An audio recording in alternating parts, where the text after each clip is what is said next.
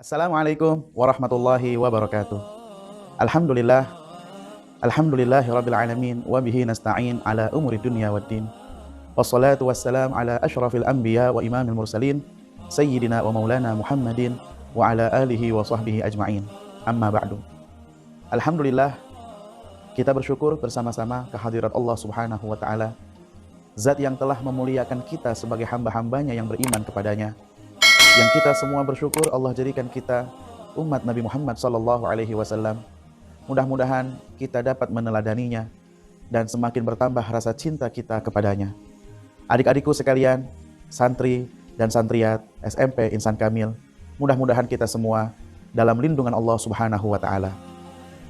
Pada pertemuan kali ini kita bersyukur kita dapat bisa kembali berjumpa walaupun tidak secara langsung, tetapi mudah-mudahan kehadiran kita dalam pertemuan ini menjadikan salah satu di antara sebab turunnya rahmat Allah Subhanahu wa taala dan kasih sayangnya kepada kita, sehingga Allah Subhanahu wa taala berkenan mengampunkan dosa-dosa kita semua.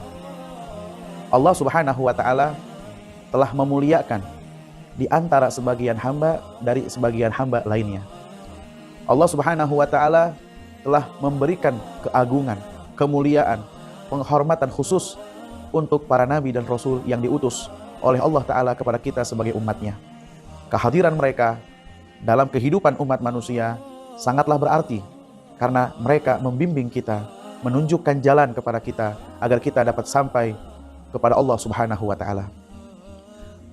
Khususnya Nabi kita Sayyidina Muhammad SAW, beliau yang telah lebih dulu cinta kepada kita, beliau yang telah mengerahkan semua perhatiannya untuk kita, beliau yang selalu memikirkan bagaimana nasib dan keadaan kita. Bahkan di saat beliau akan wafat, di waktu itu yang difikirkan oleh Rasulullah SAW adalah bagaimana keadaan kita semua sebagai umatnya. Dan lebih sangat berarti bagi kita ketika para nabi dan rasul mereka semua mengatakan nafsi nafsi ketika umat manusia berkumpul di padang mahsyar. Tetapi Nabi kita Sayyidina Muhammad SAW, beliau yang mengatakan analaha, analaha, analaha, yang artinya adalah bahwa saya yang akan menyelamatkan umat ini semua. Hadirin, murid-muridah SMP Insan Kamil yang semoga senantiasa dijaga dan dipelihara oleh Allah Subhanahu wa taala. Maka keagungan Nabi kita Sayyidina Muhammad SAW tidak dipungkiri dan tidak diragukan lagi.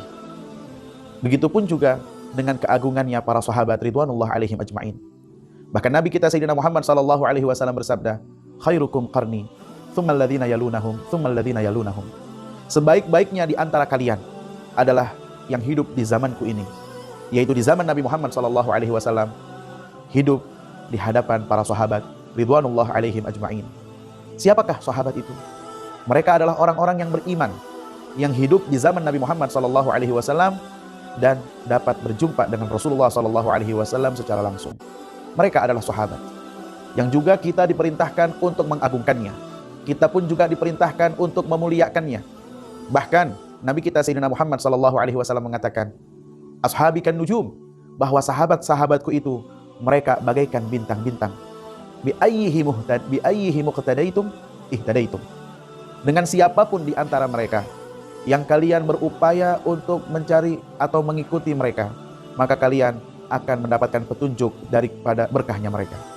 Siapapun di antara sahabat yang kita teladani, yang kita ikuti, yang kita jadikan panutan dalam kehidupan kita, maka insya Allah kita akan mendapatkan petunjuk untuk sampai kepada Allah Subhanahu wa taala.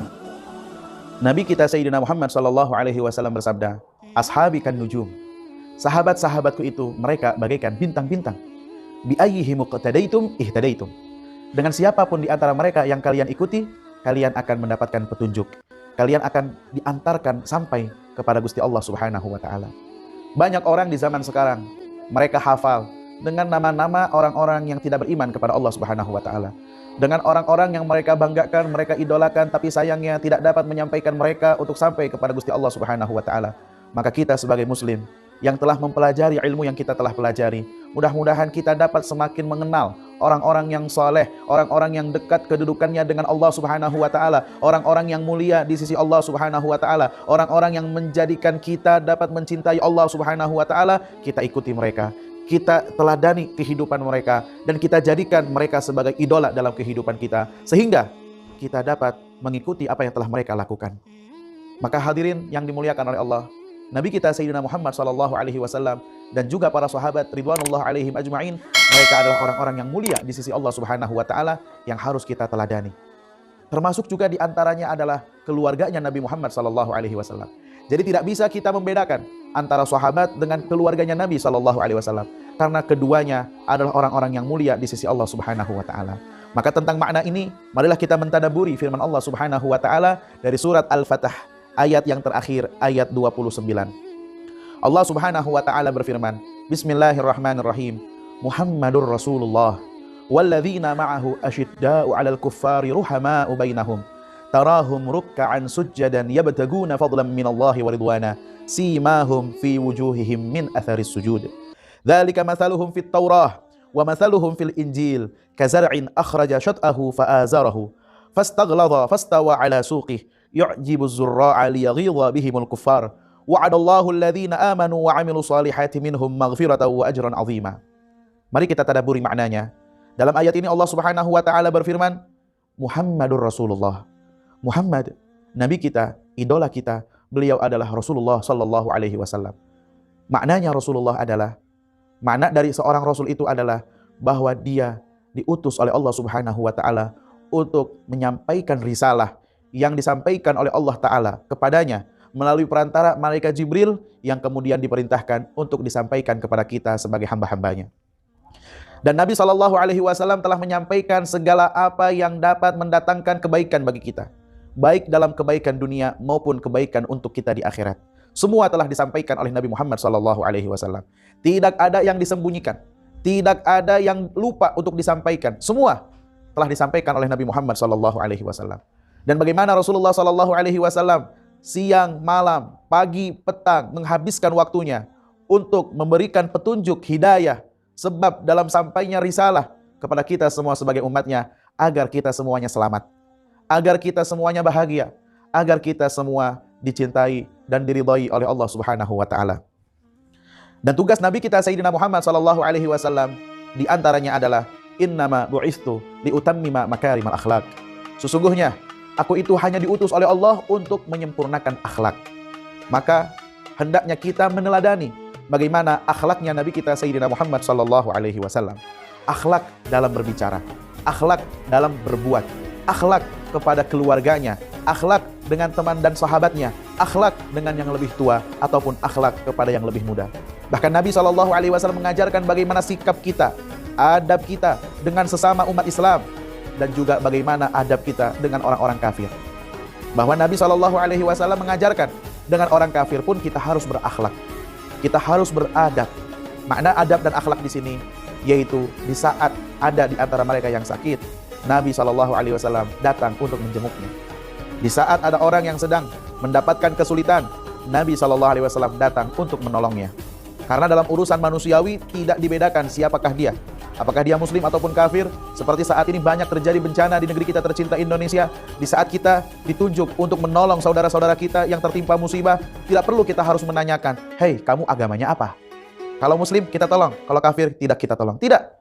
Islam tidak diajarkan demikian. Dalam urusan manusiawi semuanya harus kita selamatkan. Tetapi Nabi SAW pun tegas dalam urusan akidah kepada mereka. Nabi SAW tidak memandang bulu, ya, artinya tidak menjilati mereka sebagaimana banyak orang-orang yang hidup di zaman sekarang ini. Dikarenakan mendapatkan keuntungan duniawi, mendapatkan fasilitas yang banyak dan berlimpah untuk pribadinya, kemudian mereka rela sampai menjual kehormatan agamanya untuk mendapatkan sesuatu yang hina di sisi Allah Subhanahu wa taala.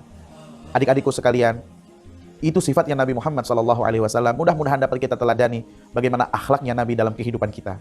Kemudian, walladzina ma'ahu asyidda'u 'alal kuffari ruhama'u bainahum. Dan orang-orang yang ada bersamanya, khususnya dalam hal ini adalah para sahabatnya. Begitupun siapapun di antara orang-orang yang beriman merasa bahwa Rasulullah hadir bersamanya, harus mempunyai sifat asyidda'u 'alal kuffar. Keras, tegas dengan orang-orang kafir yang ingin mencelakai kita, yang ingin membinasakan kita, yang ingin mengkotak-kotakkan kita sebagai umat Islam. Atau istilah kata lainnya, orang-orang kafir yang tidak menginginkan Islam di sekitarnya. Maka kita harus tegas sebagai muslim kepada mereka. Dalam urusan akidah, Tidak bisa kita mentolerir dan mengatakan bahwa ini kita toleransi. Toleransi dalam Islam membiarkan agama mereka untuk mereka jalankan, dan jangan sampai ada seseorang pun yang mengusik atau mengganggu dari agama yang kita jalankan. Lakum dinukum waliyadin. Termasuk diantaranya adalah kebiasaan kafir, yaitu pada hari Valentine Day nanti yang akan datang. Mereka mengajarkan bahwa pada tanggal 14 Februari adalah tanggal di mana kita mengungkapkan cinta dan kasih sayang. Ini kebiasaan kafir yang jangan kita ikuti. Kebiasaan orang kafir yang tidak boleh kita teladani. Apa manfaatnya buat kita ketika menjadikan suatu hari itu dengan makna hari kasih sayang? Bukankah Nabi kita Sayyidina Muhammad SAW mengajarkan agar kita senantiasa menebarkan cinta dan kasih sayang, bukan pada hari tertentu, tetapi di setiap hari dan setiap keadaan. Nabi panutan kita, beliau berikan teladan kepada kita. Dalam sabdanya beliau bersabda, "Ala adullukum ala syai'in idza fa'altumuhu tahabbtum?" Maukah kalian aku beritahukan, akan kutunjukkan kepada kalian, jika kalian mengamalkannya, maka kalian akan semakin bertambah rasa cinta di antara kalian. Apa itu ya Rasulullah? Afsyus salama bainakum. Sebarkanlah salam di antara kalian. Jadi agar rasa cinta terjalin di antara kita, hendaknya pada saat kita saling berjumpa dengan sahabat kita, dengan teman kita, apalagi dengan guru kita dan juga orang tua kita, atau siapapun dari rekan saudara kita, hendaknya kita awali pertemuan itu dengan mengucapkan salam kepada mereka. Bahkan bukan hanya kepada orang yang kita kenal, dengan yang kita tidak kenal pun, kita awali pertemuan kita dengan ucapan salam untuk mereka. Karena ucapan salam itu jika diamalkan, Nabi mengatakan apa? Kalian akan saling mencintai. Kalian akan saling menghargai. Kalian akan saling melindungi. Mudah-mudahan rasa cinta di antara kita dapat tumbuh dengan kuat dan terjalin erat di antara kita, sehingga kita dipertemukan kelak nanti di surganya Allah Subhanahu wa taala. Amin ya rabbal alamin. Maka itu yang dikatakan apa? Ruhama'u bainahum. Sesama mereka saling mencintai. Sesama mereka di antara umat Islam mereka saling menghargai. Sesama mereka di antara umat Islam mereka saling melindungi. Bahkan Nabi SAW mengatakan, al-muslimu akhul muslim. Seorang muslim adalah saudara bagi muslim lainnya. Jangan dizalimi, jangan disakiti, jangan ada yang mengambil haknya secara zalim. Jangan sampai ada di antara kalian yang membunuhnya. Bahkan jika seorang muslim berjumpa dengan muslim, kedua-duanya mereka saling sama-sama membawa senjata, maka al-qatil wal maqtul finnar. Yang membunuh dan yang dibunuh masuk neraka. Na'udzubillahi min dzalik. Ayo kita rangkul semua saudara kita. Mudah-mudahan persaudaraan di antara kita dapat terjalin dengan erat dalam kasih sayang dan ridho Allah Subhanahu wa taala. Sifat-sifatnya orang-orang yang bersama Nabi Muhammad SAW, selain di antara mereka saling mencintai, tarahum rukka'an sujjada yabtaguna fadlan minallahi wa ridwana. Kamu akan melihat mereka rukuk, mereka sujud, yang mereka harapkan adalah keutamaan dari Allah, yang mereka inginkan adalah keridhaan dari Allah. Artinya, sahabat-sahabat Nabi dan siapapun di antara umat muslimin yang meyakini bahwa Nabi ada bersama mereka, meneladani Nabi SAW dalam kehidupan mereka, mereka akan perbaiki sholatnya, mereka akan perbaiki rukuknya, mereka akan perbaiki sujudnya. Qad aflahal mu'minun alladzina hum fi sholatihim khashi'un. Berbahagialah, beruntunglah orang-orang yang beriman, di mana mereka dalam sholatnya itu khusyuk. Khusyuk di dalam sholat maknanya sukunul jawarih wal a'dha wa hudurul qalbi ma'allah. Dikatakan seseorang itu khusyuk di dalam sholatnya ketika anggota tubuhnya tenang dalam gerakan salatnya dan hatinya hadir untuk menghadirkan hatinya dengan Allah Subhanahu wa taala. Taatnya mereka kepada Allah terlihat dan nampak dari raut wajah mereka. Simahum fi wujuhihim min athari sujud. Tanda kedekatan mereka dengan Allah Subhanahu wa taala terpancar cahayanya dari wajahnya mereka karena bekas sujudnya mereka, bekas salatnya mereka, bekas air wudunya mereka. Nabi pernah ditanya, "Ya Rasulullah, bagaimana kami dapat mengetahui bahwa engkau dapat tahu siapa saja di antara umatmu? Dari mana engkau tahu siapa saja di antara kami yang termasuk umatmu ya Rasulullah?" Maka Rasulullah SAW mengatakan, "Aku akan mengetahui siapa saja di antara umatku dari cahaya yang terpancar daripada anggota wudu." Jadi air yang kita basuh setiap kali kita berwudu itu akan membekas dan menjadikan cahaya ketika nanti di akhirat, sehingga itu menjadi tanda pengenal di hadapan Nabi Muhammad SAW. Nah, mudah-mudahan kita dapat meneladani dan menjadikan para sahabat sebagai kebanggaan dalam hidup kita. Karena beruntunglah siapa saja yang melihat, mempelajari kisah kehidupan para sahabat ridwanullah alaihim ajma'in, karena kedekatannya mereka dengan Nabi kita Sayyidina Muhammad SAW. Sampai pada akhir ayatnya Allah Ta'ala menceritakan, dzalika mathaluhum fit Taurah. Itulah yang dikisahkan di dalam kitab Taurat tentang mereka para sahabat ridwanullah alaihim ajma'in. Wa mathaluhum fil Injil, dan juga telah diceritakan tentang mereka dalam kitab Injil. kazar'in akhraja syat'ahu fa'azarahu fastaghladha fastawa 'ala suqih yu'jibu zurra'a liyaghidha bihimul kuffar. Tumbuhnya orang-orang yang hidup bersama Nabi Muhammad SAW itu seumpamanya seperti tanaman-tanaman yang tumbuh, yang keluar dari tunasnya, kemudian menjadi batang yang semakin kuat dan semakin tegak di atas batangnya, yang membuat kagum bagi siapapun yang menanamnya. Liyaghidha bihimul kufar, kekuatan mereka orang-orang Islam, kekuatan mereka para sahabat Nabi ridwanullah alaihim ajma'in, kekuatannya mereka orang-orang yang merasakan dirinya dekat dengan Nabi Muhammad SAW, itu membuat takut orang-orang kafir. Jadi di antara mukjizatnya Rasulullah SAW yaitu menjadikan orang-orang kafir takut dalam berhadapan dengan umat Islam. Sebenarnya orang kafir itu takut kepada umat Islam jika umat Islam ini bersatu. Maka dari itu marilah kita jaga persatuan kita. Kita jaga persaudaraan di antara kita. Kita jaga kesetiaan kita dengan agama kita. Kesetiaan untuk menjunjung tinggi negeri kita yang kita cintai. Mudah-mudahan negeri kita dikasih keamanan dan keselamatan oleh Allah Subhanahu wa taala. Jika persatuan umat Islam erat, itu yang membuat orang-orang kafir takut. Maka bagaimana orang kafir itu memerangi kita umat Islam? Yaitu menjadikan kebiasaan-kebiasaan kita sudah tidak lagi mengikuti kebiasaannya Rasulullah dan berupaya untuk kita dapat mengikuti kebiasaan mereka. Mulai dari gaya hidup, lifestyle, cara makannya, cara berpakaiannya, orang-orang yang disenanginya, dibuat dari generasi muda kita ini untuk menjauh dari kebiasaannya para sahabat dan mengikuti daripada kebiasaan mereka orang-orang kafir, sehingga setelah itu mudahlah bagi mereka untuk menghancurkan kita. Na'udzubillahi min dzalik. Wa'adallahu alladhina amanu wa 'amilus shalihat. Allah telah menjanjikan untuk orang-orang yang beriman dan yang beramal saleh.